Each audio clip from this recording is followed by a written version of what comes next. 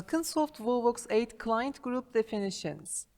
As in almost all our definitions, a group structure can be created for clients in 3 layers consisting of the main group, middle group, and subgroup. You may want to create such a structure for the management of your clients, listing, and a variety of reports. For this, click on the Client Group Definitions button from the Definitions list in the Finance Management menu.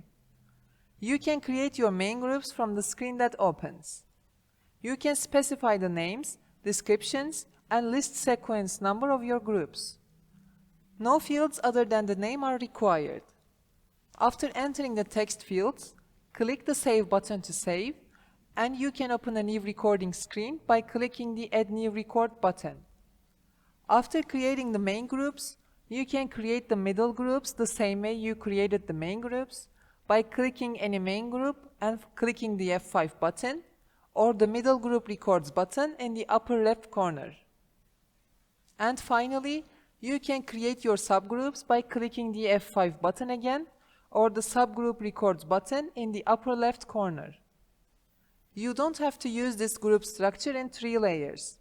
You can use it only as a main group or as a main and middle group if you wish. It can change dynamically according to the structure of your business.